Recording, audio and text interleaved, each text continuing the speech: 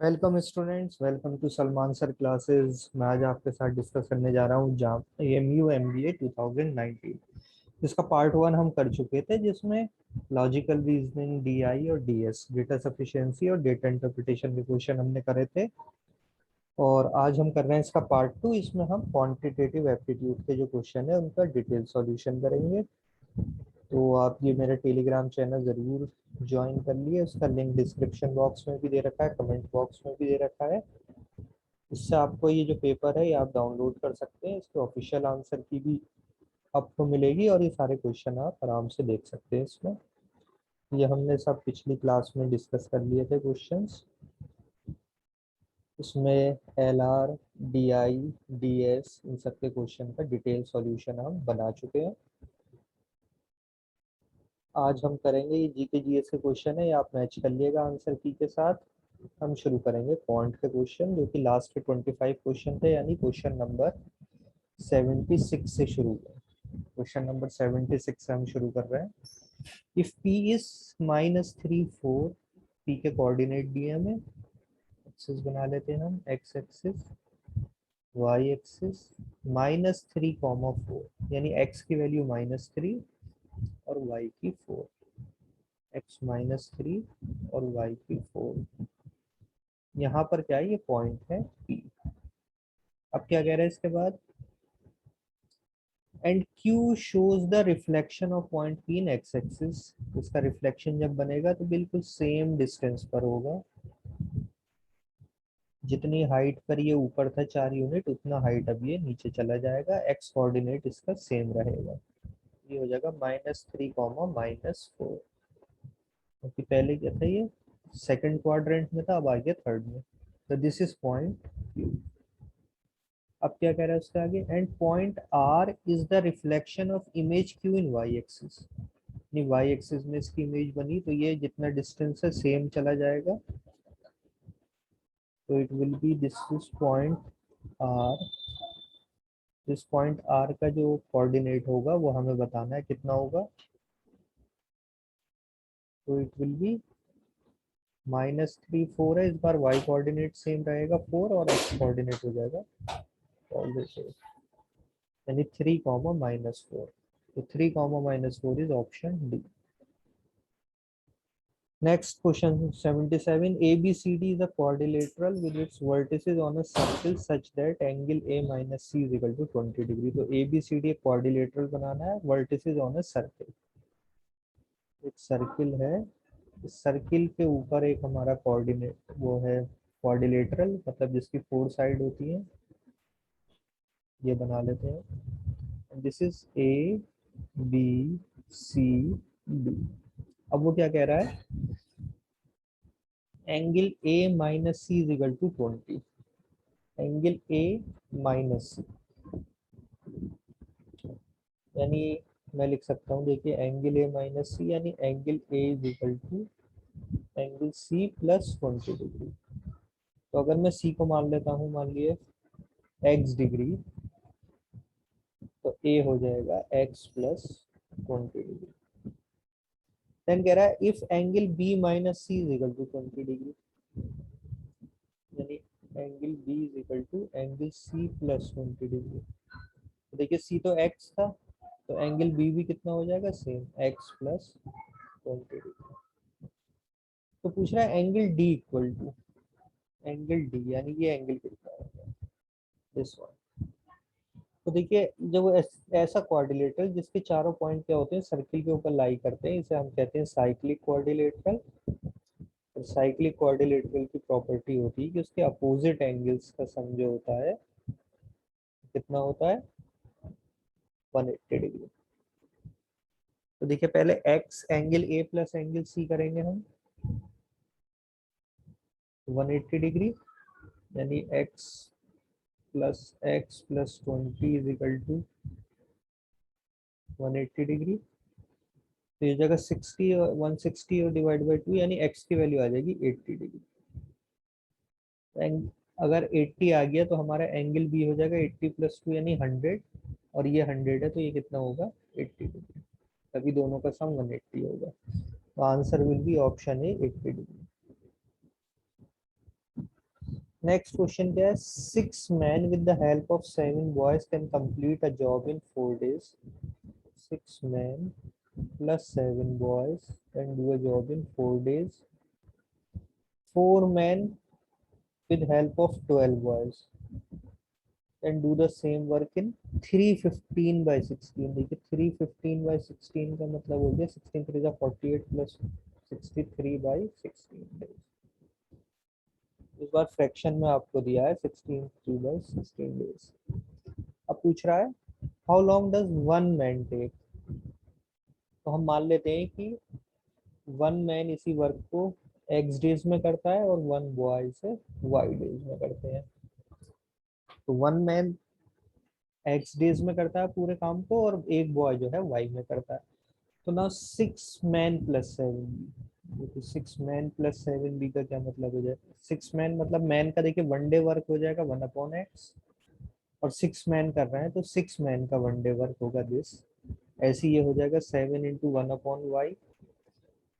Boy का एक दिन का वर्क 1/y और 7 बॉयज का हो जाएगा 7 × 1/y। ये 4 डेज में कर देते तो दोनों मिलके ये करते यानी इक्वेशन आ जाएगी 6/x + 7/y = 1/4। ऐसी ये इक्वेशन हो जाएगी देखिए 4/x + 12/y = 63/60। अब हमें देखिए x निकालना है तो y को एलिमिनेट कर दे हम, इसको करते देखिए 4 इसमें से अभी कॉमन भी आ सकता था, चलिए रहने देते हैं, सीधा मल्टीप्लाई कर देते हैं, इसको कर देते हैं 12 से मल्टीप्लाई और इस इक्वेशन को मल्टीप्लाई कर देते हैं 7 से।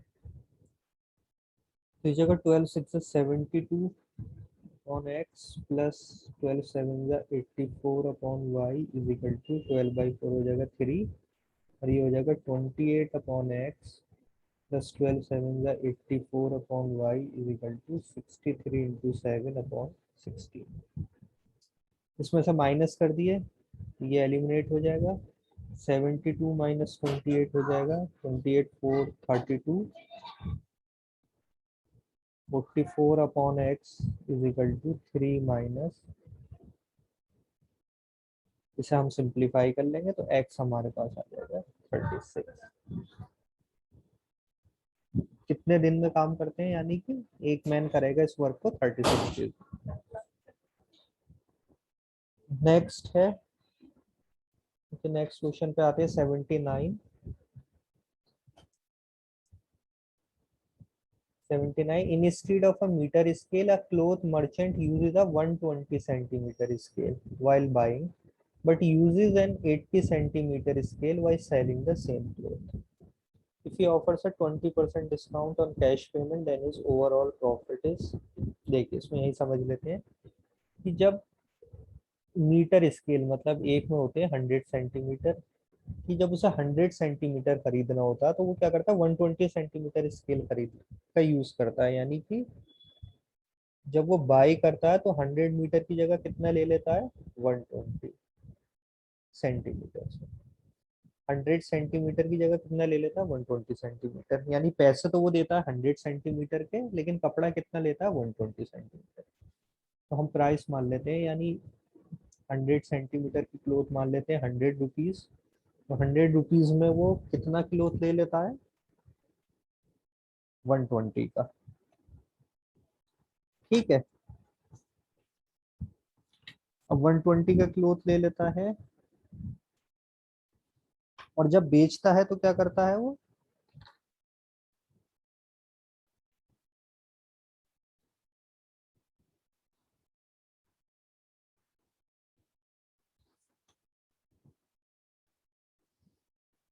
देखिए 100 का क्लोथ ले लेता है तो 100 रुपीज में वो कितने का सामान ले लेता है 120 का, ठीक है। यानी कि क्या हो रहा है उसके साथ, क्योंकि यहाँ जगह कम बच रही है एक्चुअल में, मैं यहाँ लिखना शुरू कर देता हूँ। 100 रुपीज पे करके वो ले लेता है 120 का, यानी कि जो 120 रुपए का सामान है यानी 120 सेंटीमीटर क्लोथ है उसे कितने का मिला 100 रुपए में, यानी 1 सेंटीमीटर का जो उसके लिए कॉस्ट प्राइस हुआ है, यानी जो वो खरीद रहा है वो 1 सेंटीमीटर खरीद रहा है 100/120 पे, यानी 5/6 रुपीज में खरीद रहा है।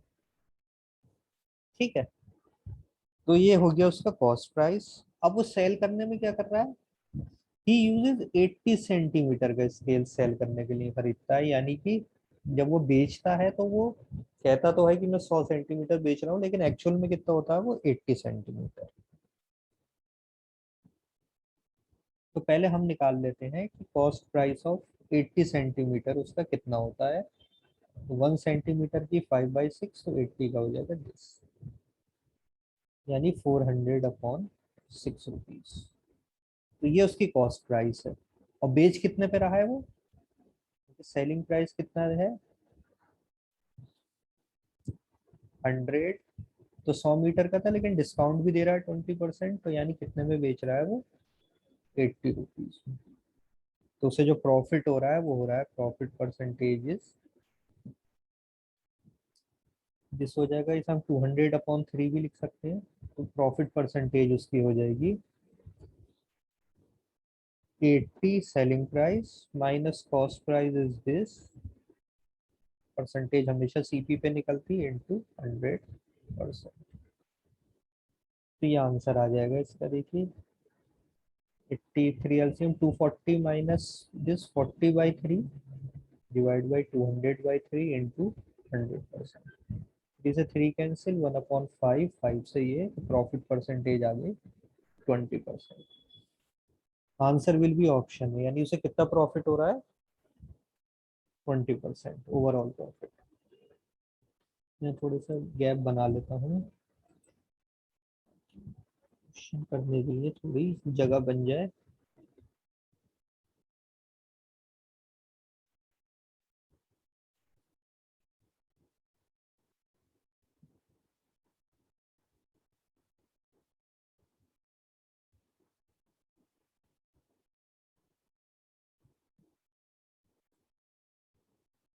ठीक है, अब देखते हैं क्वेश्चन नंबर 80 पर आते हैं। क्वेश्चन नंबर 80 में क्या कह रहा है, A and B run 1 kilometre race and A win by 100 metre. यानी ए और बी एक रेस कर रहे हैं, तो उसमें से ए विन कर जाता है 100 मीटर से। क्वेश्चन नंबर 80 में यहाँ सॉल्व कर रहा हूँ। दिस ए एंड बी, ये मान लो 100 किलोमीटर है, यानी 1000 मीटर की रेस है। यहाँ से ए और बी ने रन करना शुरू किया, ए विन बाई 100 मीटर, यानी जब ए पूरा 1000 चलता है तो बी कहाँ पर होता है, 100 मीटर उससे पीछे रह जाता है। यानी बी कितना रन कर पाता है, सिर्फ 900 मीटर। फिर क्या कह रहा है, when A and C run over the same course, जब ए और सी रन कर रहे हैं सेम, ए और सी 1000 मीटर की रेस कर रहे हैं, तो ए लूजेस बाय 20 सेकेंड्स, यानी सी यहाँ पहुंच जाता है और ए कितना पीछे होता है उससे, 20 second. When B and C run the same course, same race कर रहे हैं बी और सी, तो सी विन बाय 30 सेकेंड, यानी जब सी यहाँ पहुंच जाता है तो बी कितना पीछे होता है इससे, 30 सेकेंड।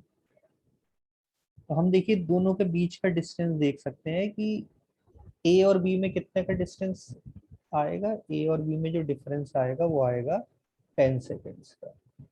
देखिए, क्योंकि सी के साथ ए जो था 20 सेकंड पीछे था, और सेम डिस्टेंस पे जब रन किया तो बी कितना पीछे, 30 सेकंड। दोनों के जो बीच का गैप है यानी 10 सेकंड। तो ए बी से कितने से हराएगा, 10 सेकंड से। और यहाँ पर हमें देखिए क्या दे रखा है, ए ने बी को कितने से हराया है, 100 मीटर से। यानी बी के जो 10 सेकेंड्स हैं, बी को 10 सेकेंड लगते हैं कितना डिस्टेंस कवर करने में, 100 मीटर। देखिए बी ए से 10 सेकंड पीछे था ना, यानी बी जब 10 सेकंड और एक्स्ट्रा लेगा तो वो ए के बराबर आ जाएगा। और यहाँ पर हमें दिया है कि 100 मीटर है, यानी बी 10 सेकंड में कितना डिस्टेंस चलता है, 100 मीटर। तो हमसे पूछा है कि how long will it be to run 1 kilometre. तो 100 मीटर 10 सेकंड में, तो 1000 मीटर चलने में कितना लगेगा टाइम, 10 × 10, यानी कि 100 second. Answer will be option number B. Next question पर आते हैं, देखिए 81। The auto fare in Ahmedabad has the following formula based on the meter reading. Meter reading is rounded up to the next higher multiple of 4. जो भी reading होगी उसे multiple of 4 में हम राउंड कर देंगे। For instance if meter reading is 37 पैसा तो उसे क्या बना देते हैं 40। उसका जो रिजल्टेंट आता है उसे मल्टीप्लाई बाई 12, यानी जो भी रीडिंग है, मैं यहाँ लिख रहा हूँ क्वेश्चन 81 के लिए, जो भी हमारी रीडिंग आएगी पहले उसे क्या करेंगे, राउंड ऑफ करेंगे मल्टीपल ऑफ 4 में, देन फिर क्या करेंगे, उसको मल्टीप्लाई बाई 12 करेंगे। The final result is then rounded up to the nearest multiple of 25। अब जो भी यहाँ वैल्यू आएगी, यानी जो मल्टीपल आया था 4 है उसको 12 से मल्टीप्लाई किया था, उसे फिर राउंड ऑफ कर देंगे मल्टीपल ऑफ 25%। इस तरीके से हम इस क्वेश्चन को करेंगे। इफ 53 पैसा is the meter reading what will be the actual fair. तो सबसे पहले क्या कह रहा है वो 53 पैसा, तो 53 पैसे को तो पहले मल्टीप्लाई करो या राउंड ऑफ करो, उसे मल्टीपल ऑफ 4 बनाओ। इसका मल्टीपल ऑफ 4 जो बनेगा वो है 53 का, सबसे पहले जो आएगा हमारे पास दैट इज 56। हमने मल्टीपल ऑफ 4 बना दिया 56, फिर इस 56 को 12 से मल्टीप्लाई कर दो, तो 56 12 जा 10 टाइम्स 560 प्लस 56 का डबल 112, तो ये आ गया 672। यानी अब हमारे पास रिजल्ट आ गया 672 पैसा, यहाँ 53 पैसे थे तो ये 56 पैसा हो गया, 12 से मल्टीप्लाई चाहिए। अब इसे राउंड ऑफ करना है फिर से, क्या 25 का मल्टीपल, ये हो जाएगा 675 पैसे। Answer will be our option number A, देखिए ₹6.75। Our correct answer is option number A. Next पर आते हैं, देखिए नेक्स्ट में क्या दिया, A B C D is a square and B C is an equilateral triangle. हमें ये दे रखा है A B C D is a square and B C is an equilateral triangle. देखिए एक स्क्वायर है, this one, A B C D, इसमें हमने क्या करा, एक इक्विलेटरल ट्राइंगल बना दिया इसमें बी सी डी। तो देखिए इक्विलेटरल की साइड और इस स्क्वायर की साइड सेम है, यानी ये सारी साइड जो होंगी, this side this side this side this side this side, ये सब आपस में क्या है, इक्वल है। चलिए पता चल गया हमें। अब पूछ रहा है measure of angle D E C, D E C, D E C, यानी डी से हम अगर इसे मिला दें दिस वन, तो डी ई सी यानी ये एंगल कितना होगा ये बता, जैसे एक्स मान लेते हैं इसे, इसको आप देखिए क्या कर सकते हैं हम इसमें। देखिए सिंपल क्वेश्चन है बहुत, ये साइड और ये साइड इक्वल है, तो मैं यहाँ ट्राइंगल देखिए इसको अलग बना देता हूँ, डी सी ई, ये साइड आपस में इक्वल है, तो ये जो एंगल है एक्स जो निकालना है वो इसके भी बराबर होगा। अब अगर हमें ये एंगल पता चल जाए तो तीनों का सम क्या होगा 180 डिग्री। अब देखिए ये एंगल पता करना है हमें, तो ये तो एक स्क्वायर की साइड है, तो ये एंगल होगा 90 डिग्री, और ये क्या है इक्विलेटरल की साइड है, तो ये होगा 60, यानी ये एंगल 60 और ये एंगल 90, तो दोनों मिलके ये पूरा एंगल हो गया 150 डिग्री। तो ये वाला जो एंगल है ये है 150 डिग्री, तो अब हम लिख सकते हैं x plus 150 degree is equal to 180 degree, तो 2x इज इक्वल टू हो जाएगा 30 डिग्री और x आ जाएगा 15 डिग्री। तो correct answer will be option A. देखिए नेक्स्ट क्वेश्चन में क्या दिया है, क्वेश्चन 83 में हमें दिया है in the MU entrance marking scheme was -1/4 for,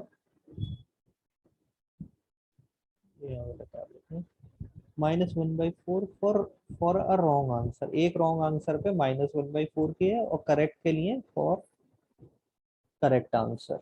the quantitative this mister A कोई है, किसी ने अटेम्प्टेड ऑल द क्वेश्चंस, कितने अटेम्प्ट किए, ऑल, ऑल मतलब कितने क्वेश्चन थे, all the question committed 10 mistake, 10 mistake, had he reduced this one by this, इसमें देखिए कुछ मिसिंग है क्वेश्चन में, तो अब हम लिख लेते हैं कितने अटेम्प्ट किए हैं, कितने करेक्ट हैं, कितने रॉन्ग है, हमें ये चीज देखनी है। तो करेक्ट पर देखिए +1 नंबर मिलेगा फॉर एवरी क्वेश्चन, और रॉन्ग पे क्या होगा,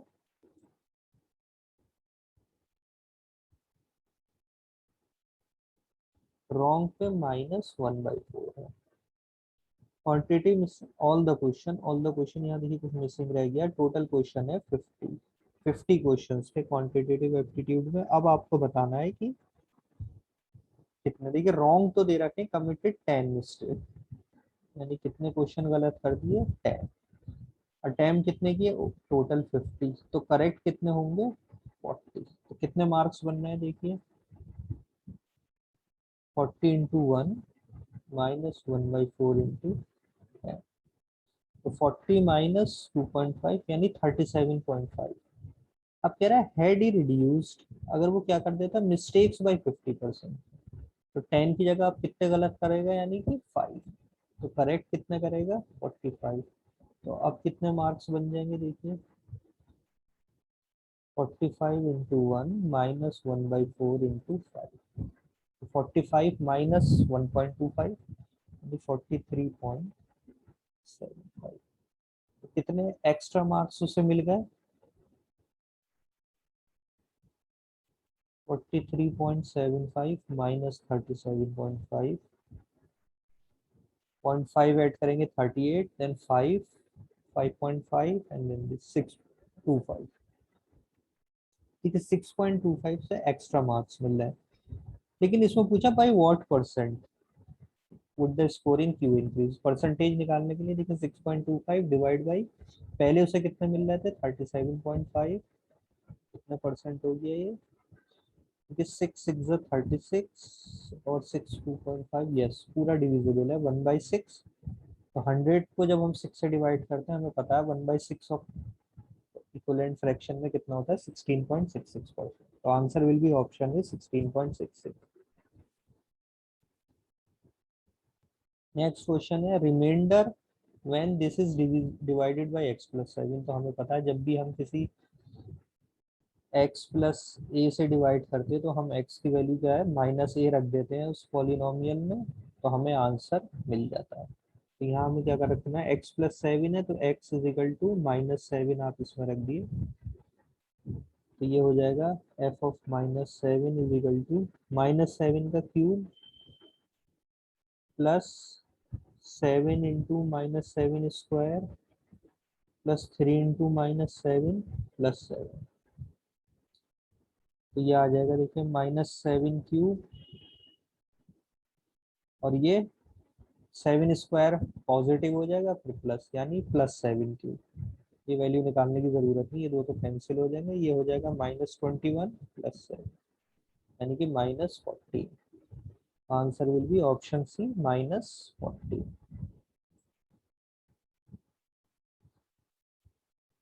नेक्स्ट क्वेश्चन पर आते हैं 85। ABC is an equilateral triangle. ABC is an equilateral triangle. PQRS is a square symmetrically inscribed in the triangle ABC that one side PQ of square is on BC. Diagram बना लेते हैं देखिए, ABC is an equilateral triangle. PQR is a square symmetrically inscribed in the triangle. तो पहले हम triangle बनाते हैं।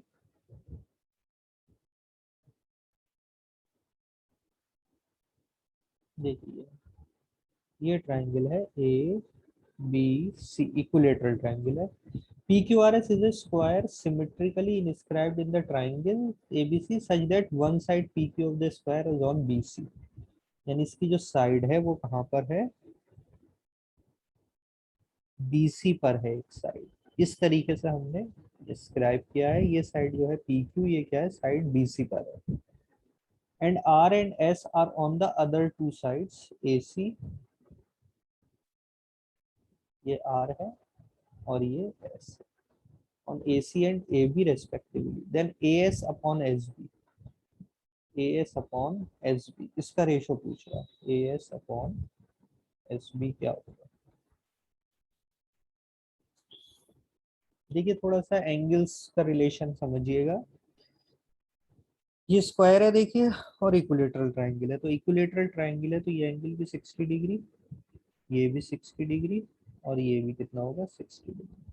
ठीक, अब देखिए जब ये 60 60 का है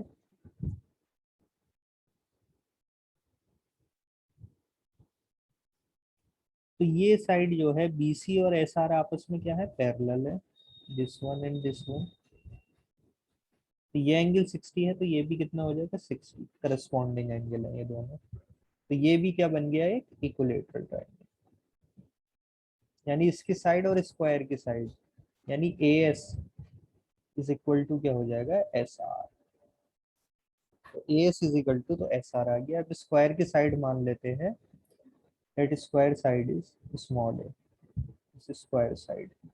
तो ये जो AS है ये भी कितना हो जाएगा A, क्योंकि ये दोनों सब क्या है आपस में इक्विलेटरल ट्रायंगल है, तो साइड इक्वल होंगी इसकी, इस ट्रायंगल की। तो ये A है तो ये भी कितना A आ जाएगा, यानी AS तो हमें पता चल गया, पहला पार्ट तो पता चल गया। अब हमें क्या निकालना है, दिस BS, ये डिस्टेंस निकालना है। तो देखिए इसके लिए ये ट्रायंगल मैं अलग बना रहा हूँ, this is S, this is B, this is P। ये 60 डिग्री है और ये स्क्वायर की साइड है तो 90 होगा, यानी एक राइट एंगल ट्रायंगल है। राइट एंगल ट्रायंगल में हम लिख सकते हैं in right angle triangle BSP, ये जो है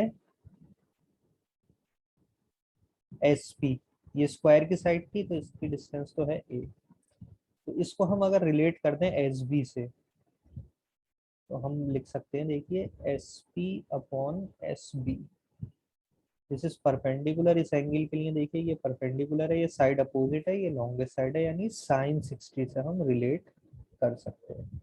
SP upon SB is equal to sine 60 degree. SP की वैल्यू है A, SB की हमें चाहिए है, और साइन 60 हमें पता है क्या होता है, √3/। SB की वैल्यू देखिए क्या आ गई, 2A अपॉन √3। तो 2A अपॉन √3 आ गया SB।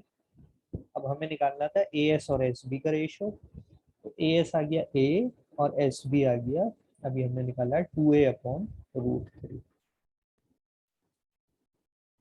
तो A से A कैंसिल, √3 ऊपर चला जाएगा, √3/2। Answer will be option D, √3/2। Next question पर आते हैं, देखिए टू क्लॉक्स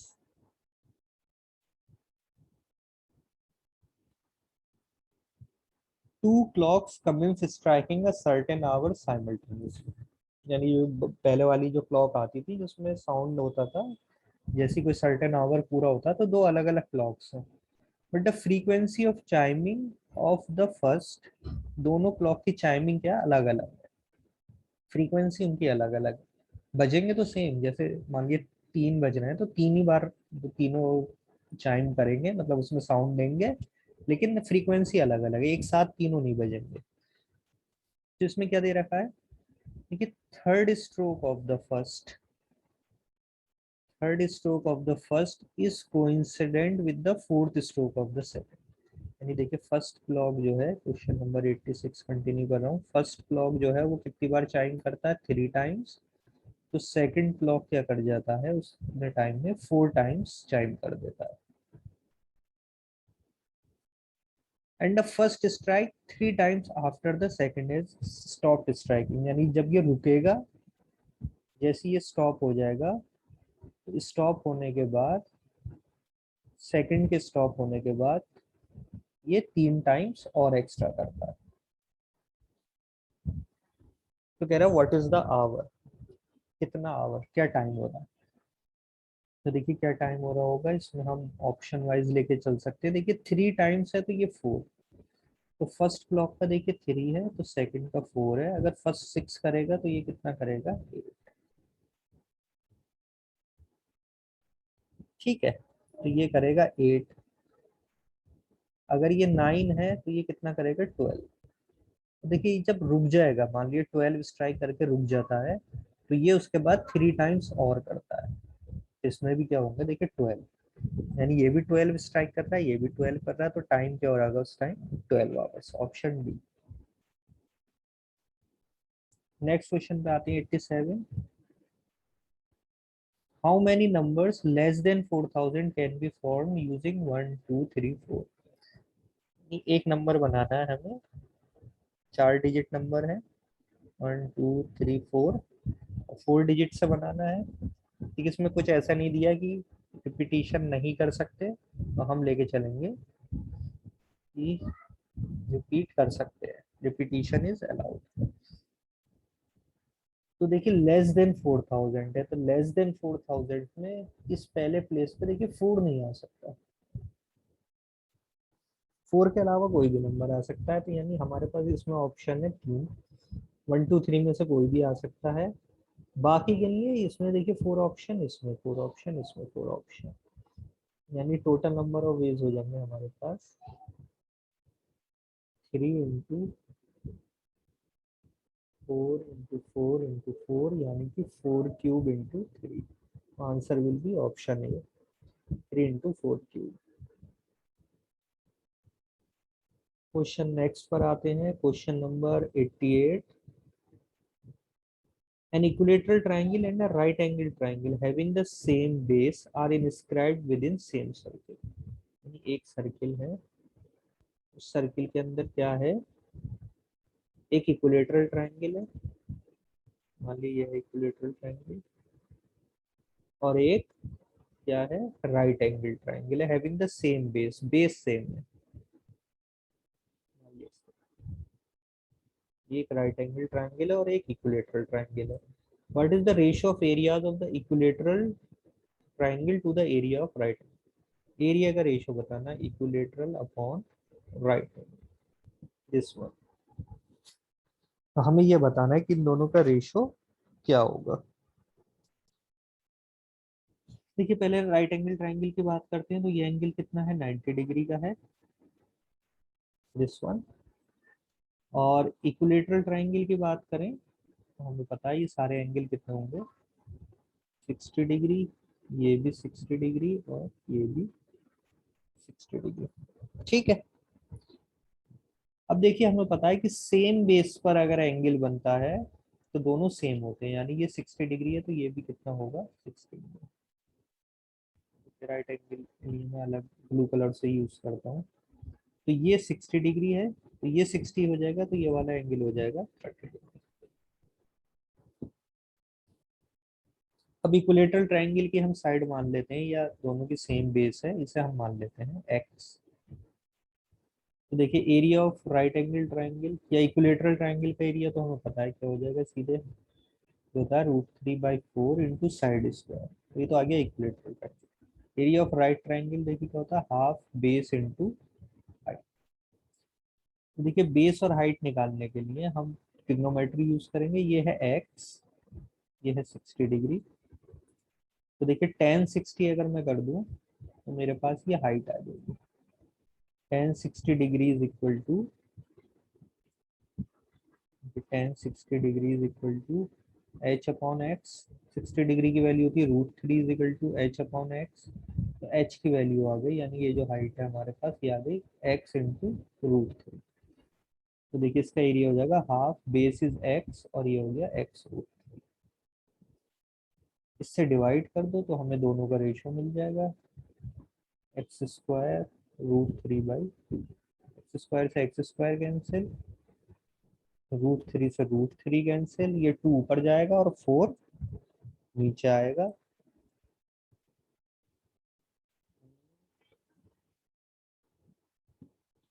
तो √3/4 x² होता है, हाँ सही है।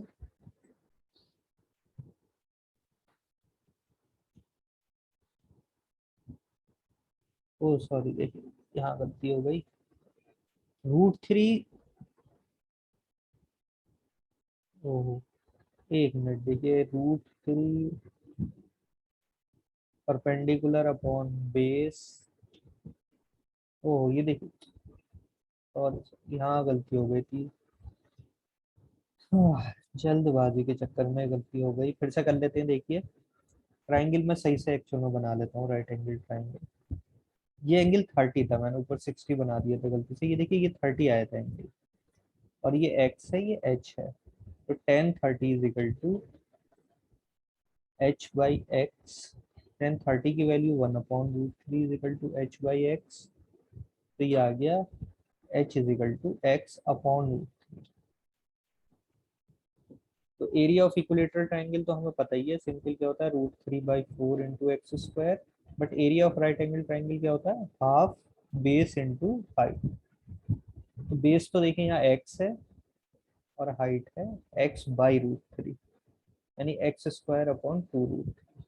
ये आ गया इसका रेशो एरिया, और ये आ गया इक्विलेटरल का एरिया। इन दोनों को हम डिवाइड कर देंगे तो हमें मिलेगा आंसर 3:2, ऑप्शन नंबर ए।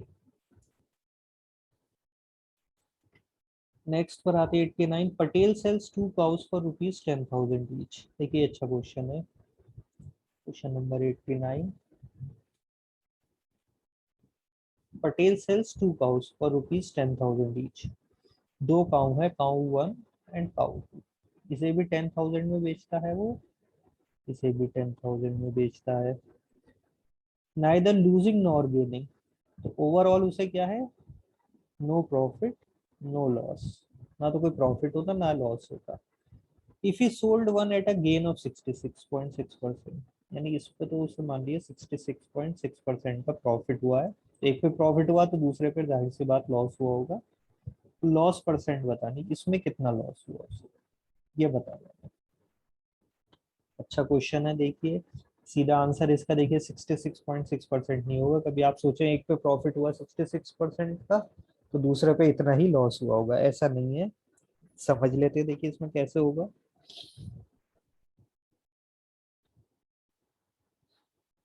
देखिए इसमें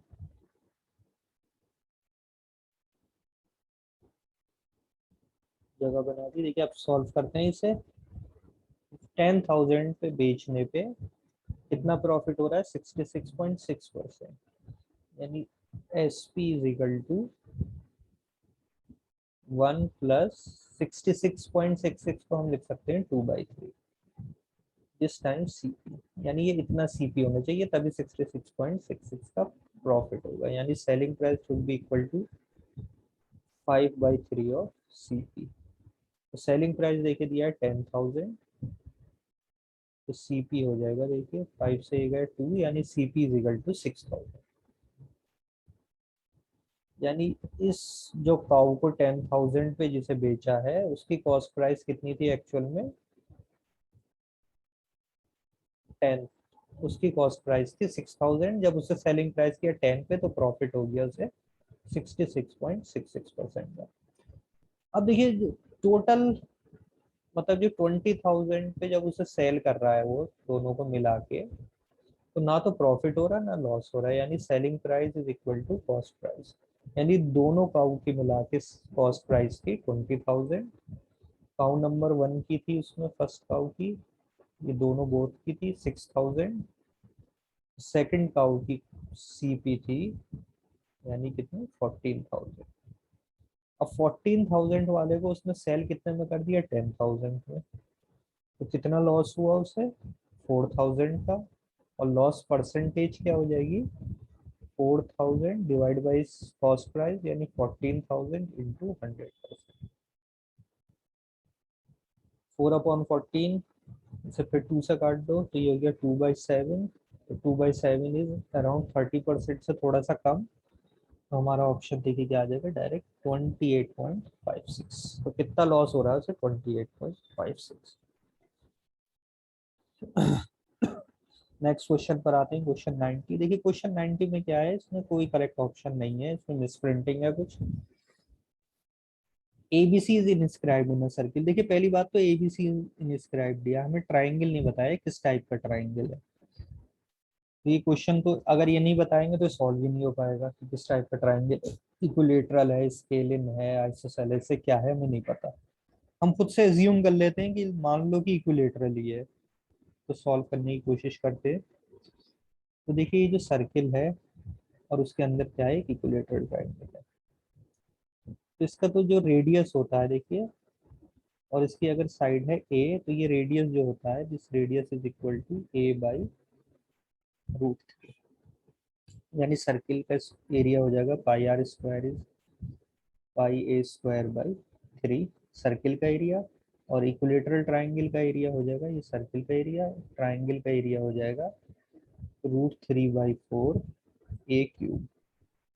तो fraction of area of circle does the shaded region, यानी अगर ट्राइंगल अपॉन, मैं ट्राइंगल अपॉन सर्किल ले लूँ तो फ्रैक्शन रिप्रेजेंट हो जाएगा, देखिए πa²/3 अपॉन √3/4 इंटू a² से a कैंसिल, 4 ऊपर चला जाएगा और 3 नीचे आ जाएगा, यानी ये हो जाएगा 4π/3√3।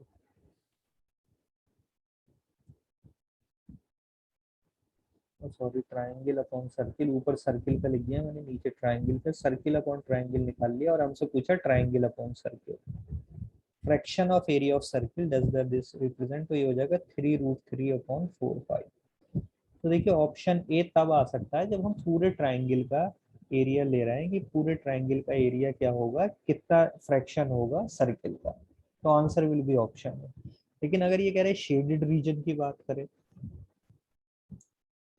कि शेडेड रीजन में यहाँ बना देता हूँ, शेडेड रीजन की अगर बात कर रहा है कि ये सर्किल है, ये इक्विलेटरल भी हमने एज्यूम कर लिया, क्वेश्चन में ऐसा दिया नहीं है, मैं आपको समझाने के लिए सब बातें बता रहा हूँ कि किस तरीके के क्वेश्चन इस पर बन सकते हैं, वरना ये हमारा क्वेश्चन का डेटा इनकम्प्लीट है। तो ये पूछ रहा है कि ये जो शेडेड रीजन है ये क्या होता है, तो जरा ध्यान से देखिए, अगर मैं इसको इस तरीके से डिवाइड करूँ लाइक दिस,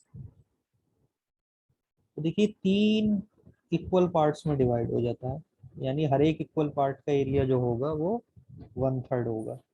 तो शेडेड जो होगा ये क्या हो रहा है, एक हाफ शेडेड जो है दिस वन, ये पूरे ट्राइंगल का 1/6 है, तो दो ऐसे मिलके 1/6 मिलके हो जाएंगे 1/3।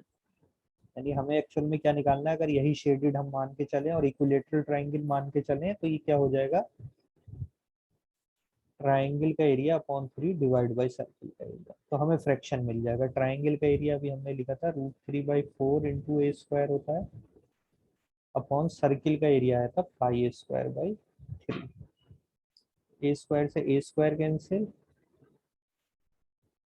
ये हो जाएगा 4 नीचे आएगा ऊपर चला जाएगा, और इसका 1/3 ट्राइंगल का, सॉरी 1/3 इंटू 1/3, ये हो जाएगा 1/3 इंटू √3/4 अपॉन 5/3, 3 से 3 कैंसिल, तो ये हो जाएगा √3π/4। तो करेक्ट आंसर इसका होना चाहिए था √3π/4, लेकिन ऐसा कोई है नहीं, लेकिन ये भी तब है जब हमने खुद अपनी तरफ से माना है इक्विलेटर। नेक्स्ट क्वेश्चन पर आते हैं 91 में, देखिए price of Darjeeling T is 100 plus 0.1 n on the nth day of year 2007 and then remain constant। देखिए 100 तक है और फिर constant. On the other hand price of Ooty T, यानी क्वेश्चन नंबर ये 91 कर रहा हूँ मैं, यहाँ लिख रहा हूँ डेटा। देखिए दार्जिलिंग टी का दिया है हमें, कितना है दार्जिलिंग टी का, 100 प्लस 0.1 एन, एन की वैल्यू क्या होगी 1 2 से लेके 100 तक है, देखिए 100 के बाद क्या होगा constant. On the other hand price of Ooty, Ooty में क्या हो रहा है, ऊटीटी का है 89 plus 0.15 and on the end day of year 2007, किस ईयर की बात हो रही है 2007 की। इसमें एन की वैल्यू जो है 1 2 से लेके 365, यानी हर ईयर ये चेंज होती है, हर डे में चेंज होगी। On which date in 2007 prices of these will be equal, किस ईयर में आके इनके प्राइस क्या होंगे, इक्वल हो जाएंगे। तो देखिए ये 100 पे कांस्टेंट हो रही है, पहले 100 पे देख लें कि n इज इक्वल टू 100 पर क्या हो रहा है। तो दार्जिलिंग के प्राइस हो जाएंगे 100 प्लस 0.1 इंटू 100, ये हो गया 100 प्लस 10, यानी उस दिन प्राइस होंगे n is equal to 100 day पर 110। और ऊटी वाले कितने होंगे, देखिए 89 प्लस 0.15 इंटू 100, यानी 89 प्लस 15, यानी 104। तो अभी भी देखिए कम है, यानी ये पीछे चल रहा है।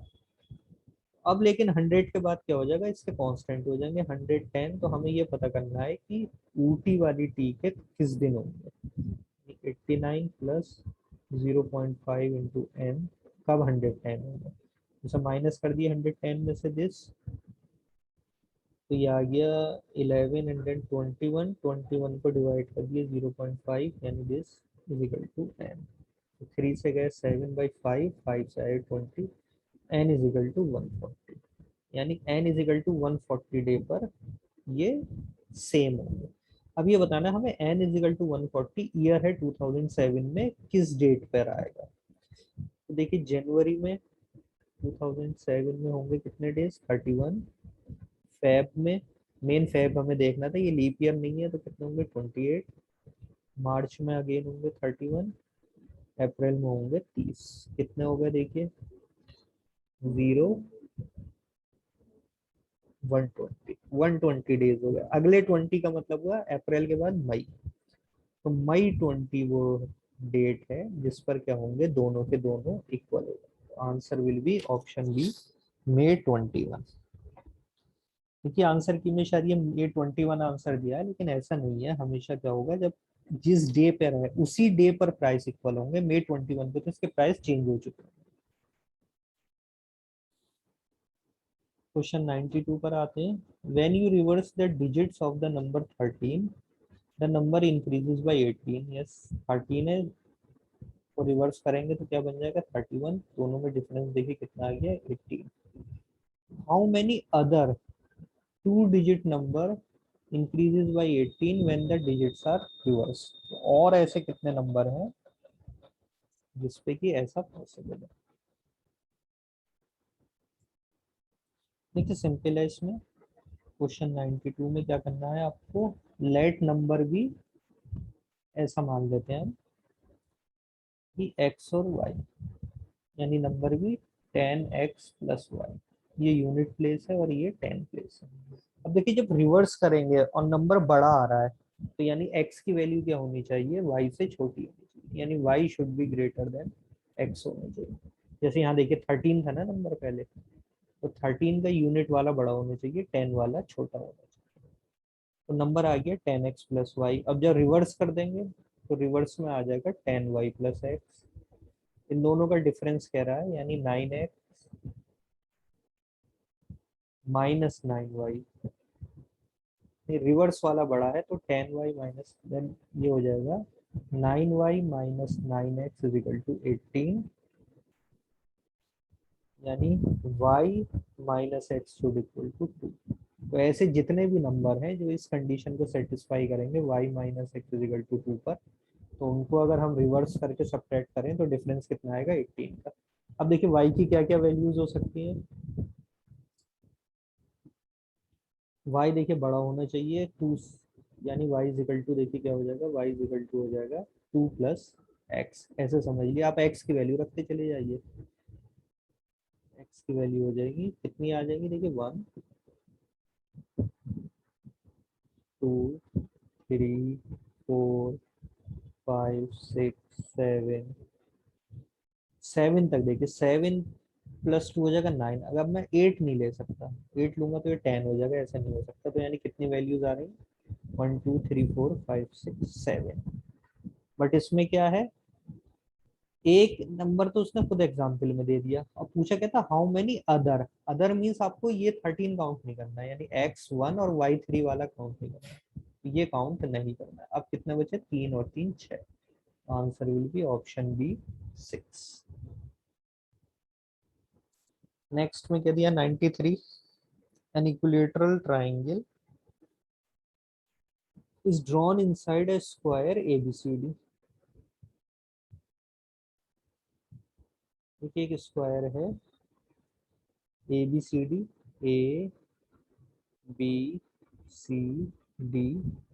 इसके अंदर क्या किया है हमने, एक इक्विलेटरल ट्राइंगल ड्रॉ किया। इक्विलेटर मतलब बेस ये लेके, तो देखिए इक्विलेटरल ट्राइंगल आएगा इस फॉर्म में, दिस वन। ये पूरे यहाँ टच नहीं करेगा क्योंकि इसका जो एल्टीट्यूड होता है वो साइड से छोटा होता है। तो ये ट्राइंगल है। अब पूछ क्या रहा है आपसे, BPC, ये पॉइंट P है, दिस इज P। तो पूछ क्या रहा है आपसे वो, what is the value of angle A P D, A P D, यानी ये एंगल पूछ रहा है कितने का। देखिए सिंपल इक्विलेटरल है तो ये 60 डिग्री होगा, ये भी 60 होगा, ये भी 60 होगा। ये पूरा स्क्वायर था तो ये 90, तो ये कितना बचा यहाँ पे 30, ये सिर्फ 30 बचा।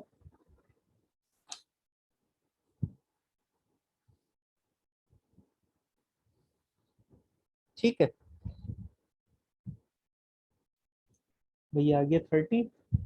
अब देखिए ये साइड और ये साइड सेम है, this side and this side is equal, तो ये एंगल और ये एंगल भी इक्वल होंगे, यानी this one and this one. ये ट्राइंगल मैं यहाँ अलग बना रहा हूँ, this is A, this is P, this is B. ये तो है 30 डिग्री, और ये दोनों साइड इक्वल है, तो ये एंगल आपस में क्या होंगे, इक्वल होंगे। तो ये एंगल इक्वल होंगे, मान लिया एक्स, तो ये हमें मिल गया कि 2x plus 30 degree is equal to 180 degree, तो 2x is equal to 150, x is equal to 75। Angle हमें मिल गया 75, ये 75 और ये 75। तो ये 75 है, ये भी 75 होगा, तो हमें तीन का सम मिल गया 75 प्लस 60 प्लस 75 प्लस, मान लो ये एंगल है y, तो इन सबका सम होगा 360 डिग्री। तो 70 75 150 एंड देन 210, तो y is equal to 360 minus 210 यानी 150। तो answer is option D 150। Next question पे आते हैं 94। क्वेश्चन नंबर 94 क्या कह रहा है, semi circle is drawn with, semi circle is drawn with A B as a diameter. Question 94 है, सेमी सर्किल को हमने ड्रॉ किया है with A B as diameter, from C a point on A B, A B पे कोई point है मान लिया C, a line perpendicular to A B is drawn meeting the circumference of semi circle as D.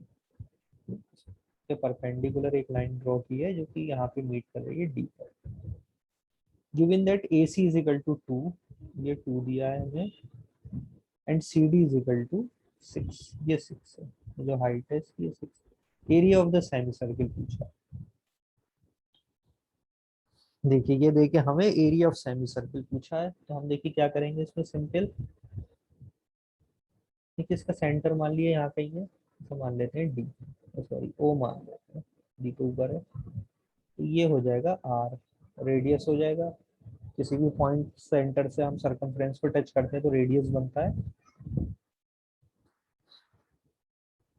अब देखिए ये centre से ये पॉइंट क्या है, आर होगा डिस्टेंस, ऐसी ये भी कितना होगा आर, और ये हमें गिवन है 2। तो ये सी ओ, यानी इस ट्राइंगल को देखिए मैं यहाँ बना रहा हूँ,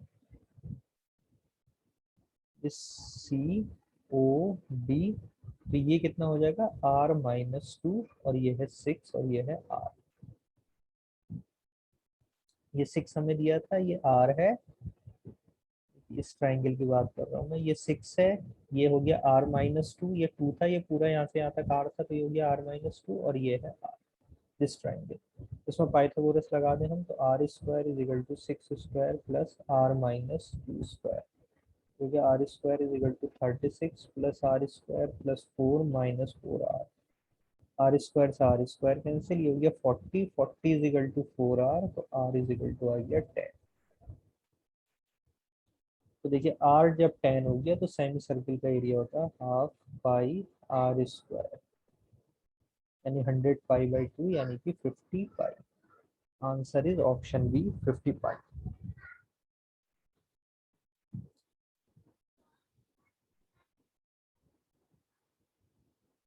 95 पर आते हैं, देखिए क्वेश्चन नंबर 95 में इधर सॉल्व कर देता हूँ। क्वेश्चन नंबर 95 में कह रहा है a upon B is equal to 1/3, b upon c is equal to 2, c upon d is equal to 1/2, d upon e is equal to 3, and e upon f is equal to 1/4।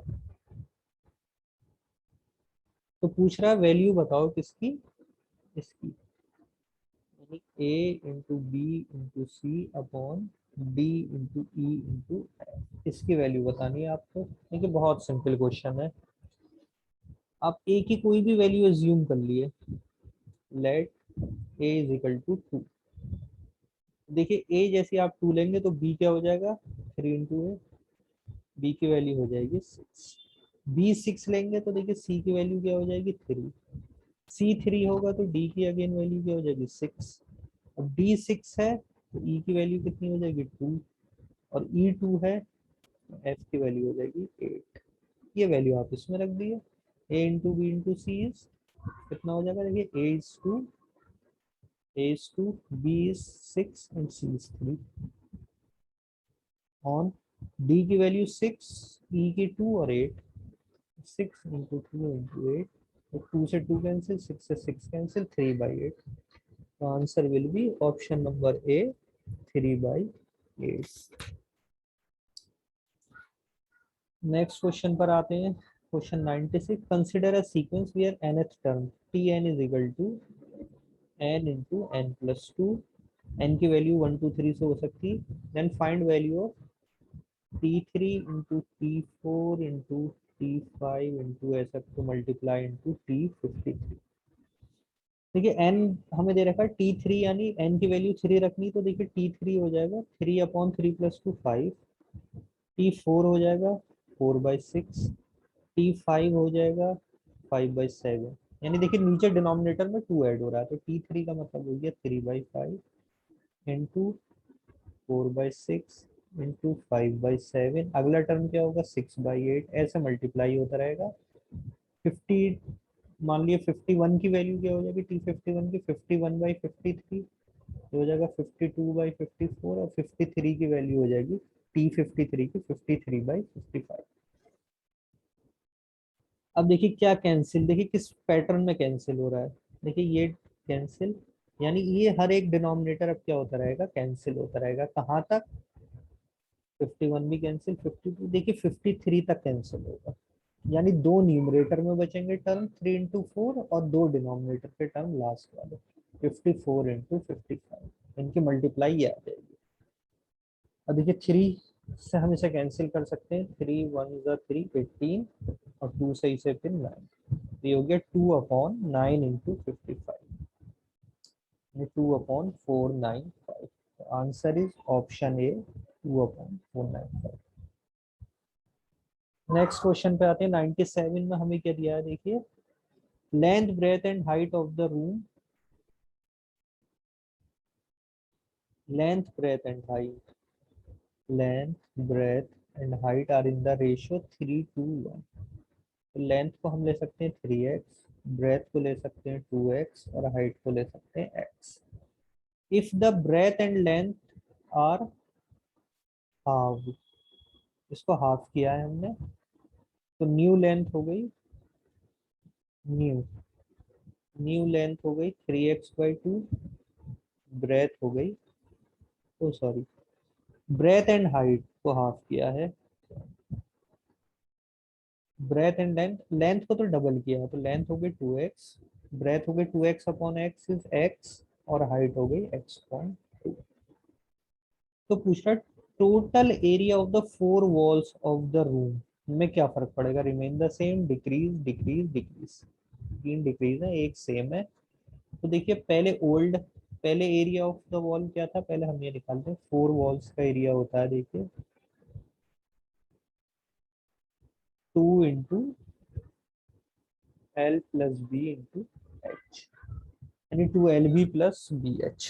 इसमें क्या होता है, दो terms नहीं आते हैं ऊपर और नीचे के, यानी कि जिसमें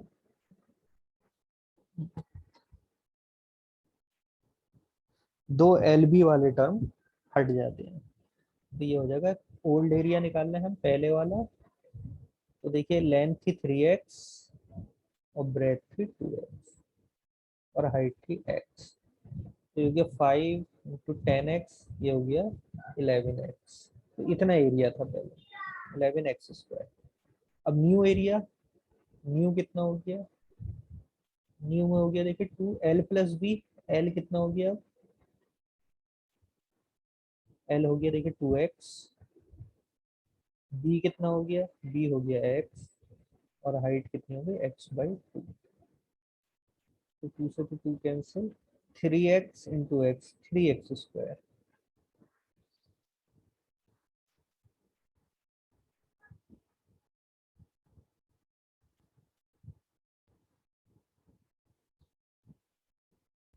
देखो L plus B into H. ठीक है, तो अब देखिए कितना डिक्रीज हो गया, हमें ये निकालना है कितना डिक्रीज हुआ।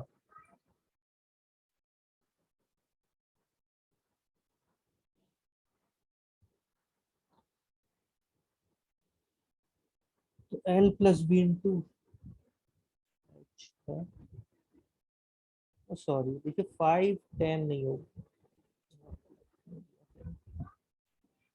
This is 10x²। ये मल्टीप्लाई है, प्लस नहीं था, तीनों मल्टीप्लाई में थे, 10x², 3x²। तो कितना परसेंटेज चेंज हुआ देखिए, 10x², 3x² रह गया, यानी -7x² का डिफरेंस हुआ। और पहले कितना था ओरिजिनल, दिस इंटू 100%। x² से x² कैंसिल, हाँ न्यू कितना हो गया, देन डिक्रीजेस बाय 3। कितना डिक्रीज हो रहा है देखिए, 3x² आ गया न्यू,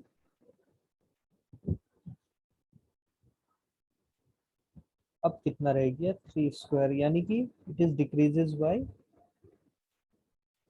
अब आ गया 2x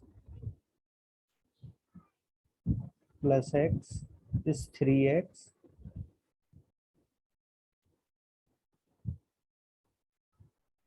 ये कितना डिक्रीज हो गया देखिए, ऑप्शन बाई डी 30% से डिक्रीज हो गया।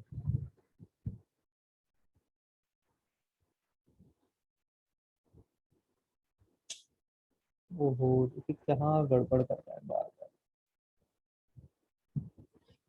जब इसको डबल किया देखिए ये 6x हो गया, 6x plus x into x/2, this is 7x²। तो दोनों का डिफरेंस कितना आ गया, 3x², माइनस के साथ, तो -3x² upon x² into 100% is 30%। तो डिक्रीज हो रहा है 30%। This is our answer. देखिए क्वेश्चन 98 एंड 99 जो है ये जामिया में इस साल भी आया था आपके एमबीए के एग्जाम में, वहाँ मैंने सॉल्व कराया था, एक बार फिर से कर देता हूँ मैं इससे solve. A punching machine is used to punch a circular hole of diameter 2 units from a sheet of aluminum। ये सारा इसका जो खेल था वो ज्योमेट्री में ये है, ये स्क्वायर है, मान ये पी में इस साइड ले लेता हूँ, पी को एक सर्किल हमने ड्रॉ किया है, अगर इसके अलोंग द दिस ले, तो पी से जो एक ऐसा सर्किल बन रहा है जो क्या हो रहा है, इसे टच करता हुआ जा रहा है, like this। ऐसे एक सर्किल है, इसने कट किया है, ऑफ डायमीटर 2 यूनिट। देखिए डायमीटर 2 दे रखा है, यानी ये लेंथ जो है ये कितनी है 2। Sheet of aluminium of with 2 units, यानी ये जो है ये भी सब क्या है 2 यूनिट्स है।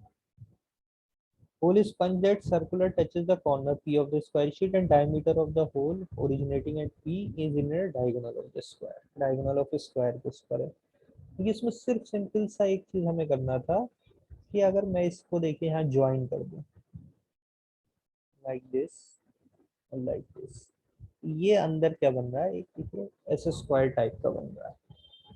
अब इसमें आप ये देखिए कि ये मैं यहाँ अलग ही बना लेता हूँ ये सर्किल, फिर से डायग्राम अच्छे से बना लेते हैं, क्योंकि मेन डायग्राम ही है इसमें, डायग्राम अगर आप समझ गए,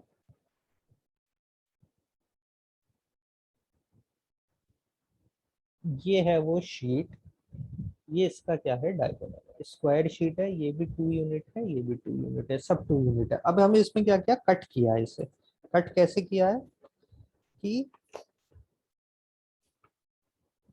इसका एक कॉर्नर है P और P पर एक ब्लैंक है,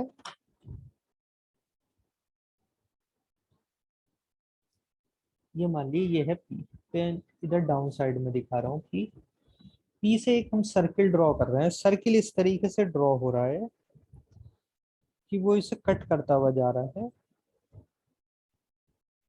लाइक दिस। ये कट किया, फिर यहाँ P पे टच कर रहा है and then come back like this. इस तरीके से ये एक सर्किल है और इसका जो डायमीटर है ये हमें दे रखा है 2। अगर मैं इसको यहाँ ऐसे ज्वाइन कर रहा हूँ लाइक दिस। अब देखिए आपसे दो चीजें पूछी, proportion of the sheet area that remains after punching और area of the part of the circle falling outside। तो पहले हम falling outside निकाल लेते हैं। देखिए falling outside ये एरिया है जो मैं ब्लू से आपको दिखा रहा हूँ, ठीक है। अब देखिए अगर मैं इसको यहाँ अंदर ज्वाइन कर दूं इस तरीके से, तो थोड़ा ध्यान से देखिएगा, मेरे पास दो एरियाज आ गए। एक तो आ गया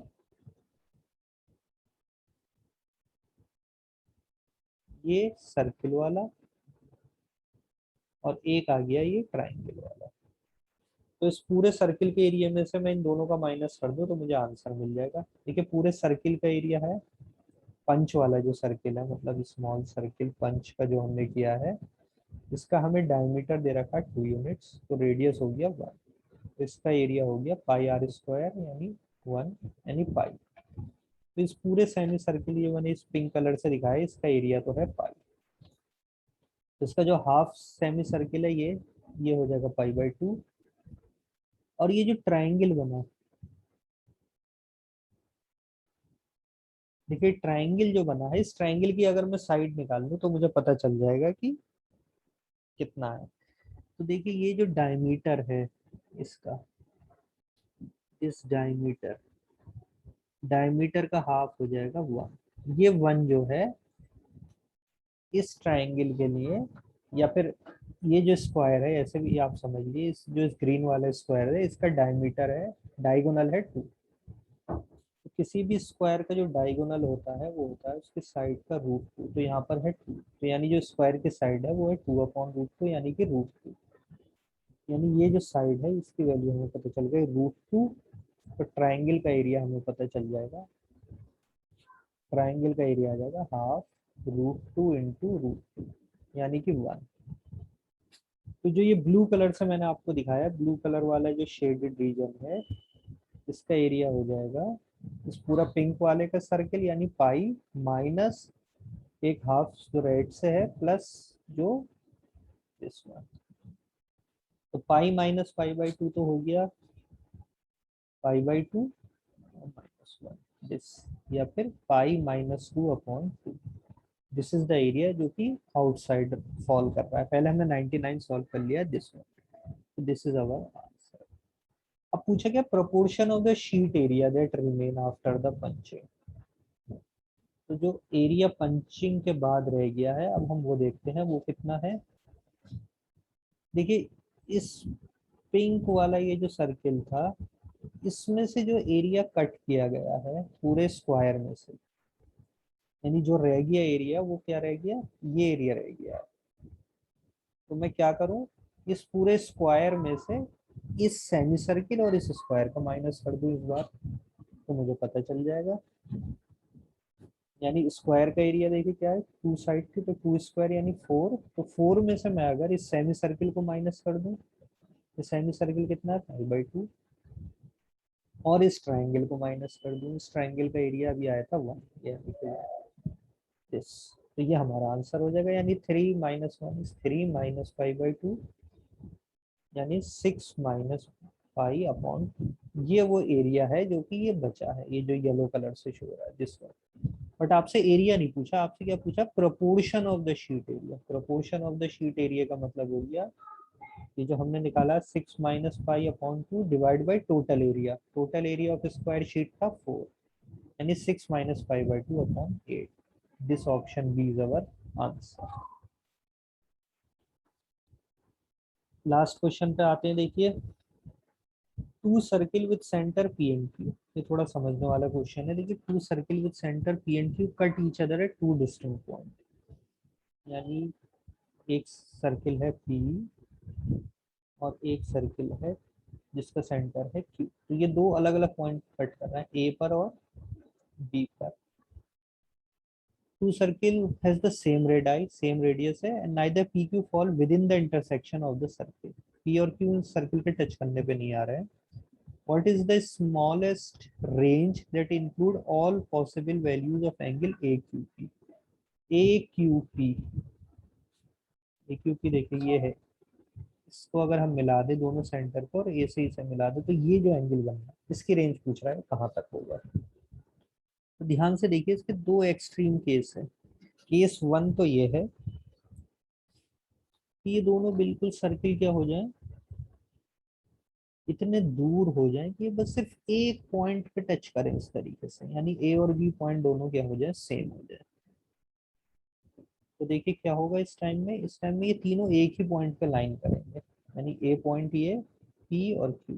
तो ए क्यू पी की जो सबसे छोटी रेंज है वो तो जीरो है, लेकिन देखिए सारे ऑप्शन में जीरो जीरो है, तो केस वन तो सेटिस्फाई हो रहा है।